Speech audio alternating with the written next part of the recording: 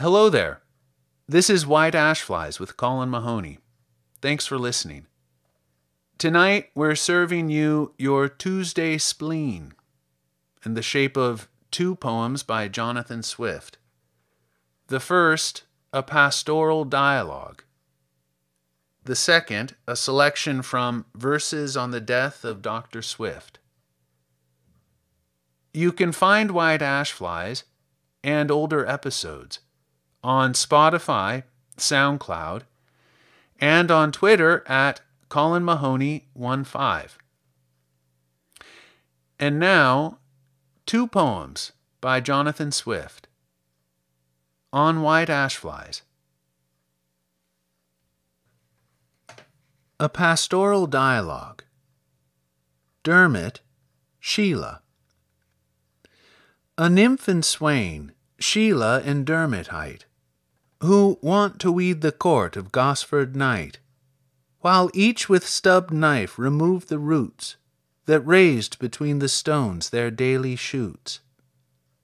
As at their work they sat in counterview, with mutual beauty smit, their passion grew. Sing, heavenly muse, in sweetly flowing strain, the soft endearments of the nymph and swain. Dermot.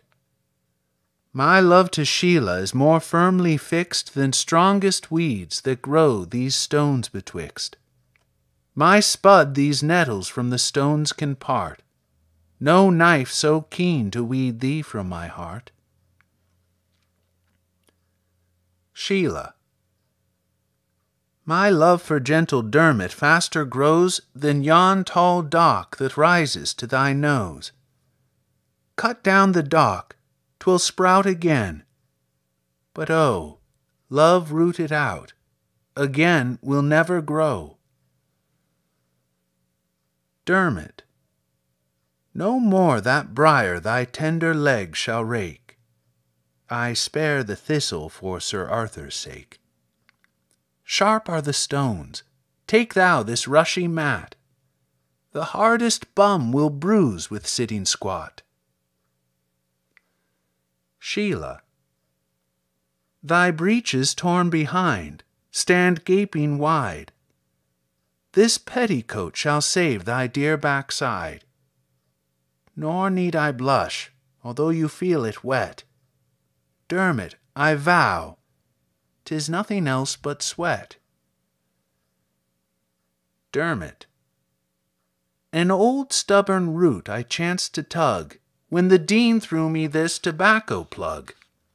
A longer half-purth never did I see. This, dearest Sheila, thou shalt share with me. Sheila. In at the pantry door this morn I slipped, and from the shelf a charming crust I whipped.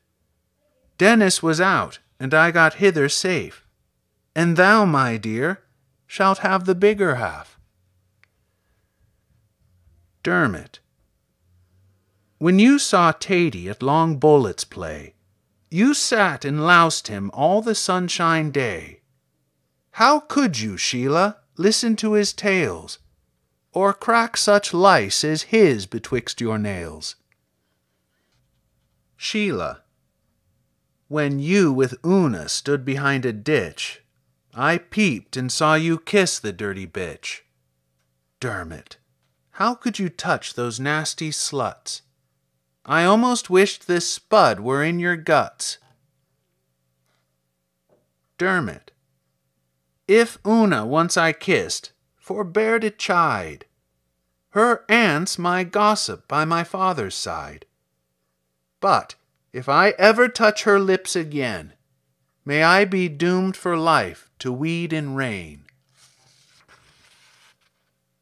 Sheila.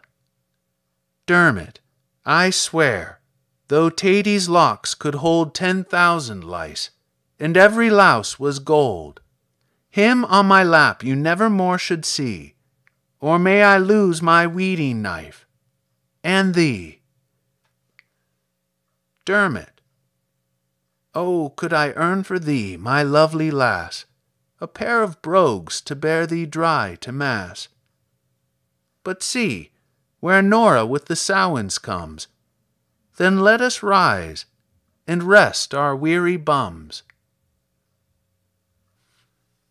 From Verses on the Death of Dr. Swift, lines 73 through 164. The time is not remote when I must by the course of nature die, when I foresee my special friends will try to find their private ends, though it is hardly understood which way my death can do them good. Yet thus methinks I hear him speak. See how the Dean begins to break. Poor gentleman, he droops apace. You plainly find it in his face. That old vertigo in his head will never leave him till he's dead. Besides, his memory decays. He recollects not what he says. He cannot call his friends to mind, forgets the place where last he dined, plies you with stories o'er and o'er. He told them 50 times before. How does he fancy we can sit to hear his out-of-fashioned wit? But he takes up with younger folks, who for his wine will bear his jokes. Faith, he must make his stories shorter, or change his comrades once a quarter. In half the time he talks them round, there must another set be found. For poetry, he's past his prime. He takes an hour to find a rhyme. His fire is out, his wit decayed, his fancy sunk, his muse a jade. I'd have him throw away his pen, but there's no talking to some men. And then their tenderness appears, by adding largely to my years. He's older than he would be reckoned, and well remembers Charles II. He hardly drinks a pint of wine, and that, I doubt, is no good sign. His stomach, too, begins to fail. Last year we thought him strong and hale, but now he's quite another thing. I wish he may hold out till spring. Then hug themselves, and reason thus. It is not yet so bad with us. In such a case they talk in tropes, and by their fears express their hopes. Some great misfortune to portend, no enemy can match a friend. With all the kindness they profess, the merit of a lucky guess, when daily howdies come of course, and servants answer, worse and worse. Would please 'em better than to tell that, God be praised, the Dean is well. Then he who prophesied the best approves his foresight to the rest. You know I always feared the worst, and often told you so at first. He'd rather choose that I should die than his prediction prove a lie. Not one foretells I shall recover, but all agree to give me over.